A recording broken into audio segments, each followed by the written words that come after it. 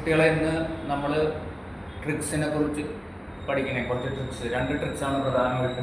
അപ്പോൾ ട്രിക്സ് എന്താണെന്ന് അറിയാത്തവർക്ക് അവരോട് പറയാൻ വേണ്ടിയിട്ടാണ് ഞാൻ ഉദ്ദേശിക്കുന്നത്.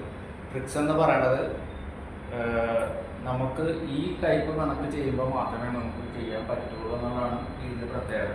ഇപ്പം നമുക്ക് അറിയാം 11 സ്ക്വയർ എന്ന് പറയുന്നത് 121.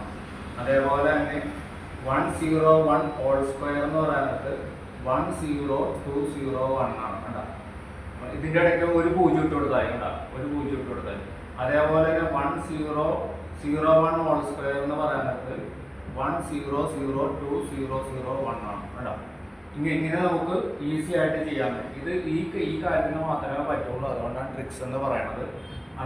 അതേപോലെ തന്നെ മറ്റൊരു ഉദ്ദേശിക്കുന്ന ഫ്രാക്ഷൻ 1 + 2/3. 2/3 ആയിട്ട് 2 + 3 + 2 എടുക്കുക കേട്ടോ. 2 + 3 / ഈ 3 എടുക്കുക. 3 അപ്പോൾ എത്രയായി? 5/3. അതേപോലെ തന്നെ 1 + 1/2. അപ്പോൾ എത്രയാണ്? ഇതിങ്ങനെ ആഡ് ചെയ്യുക. 1 + 2 / 2 = 3/2 കണ്ടോ. അതേപോലെ തന്നെ 1 + 6/5 ഇതിങ്ങനെ ആഡ് ചെയ്യണം കേട്ടോ. അപ്പോൾ എത്രയായി? 6 + 5/5 = 11/5 കണ്ടോ. ഇങ്ങനെ ഈസി ആയിട്ട് നമുക്ക് ആഡ് ചെയ്യാം. അപ്പോൾ നമുക്ക് ഇങ്ങനെയുള്ള കണക്കിൽ അതേപോലെ 1 - 1/2 പറ്റൂല.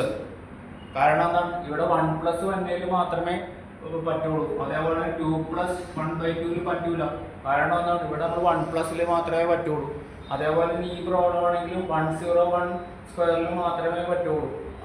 അതേസമയം 202 അങ്ങനെ ഇതിലൊന്നും പറ്റൂല. അതുകൊണ്ടാണ് ട്രിക്സ് എന്ന് പറയുന്നത്. ഇത്തരം കാര്യങ്ങൾ നമ്മൾ ലളിതം പഠിച്ചു വെക്കുകയാണെങ്കിൽ ഞാൻ ഉറപ്പ് പറയുന്നു, നിങ്ങൾക്ക് ഏറ്റവും കൂടുതൽ ഈസി എന്ന് പറയുന്നത് എന്തായിരിക്കും? കണക്കായിരിക്കും. അതിനൊരു യാതൊരു സംശയവുമില്ല. അപ്പം നിങ്ങൾ ഈ വീഡിയോ കണ്ടുകൊണ്ടിരിക്കുക.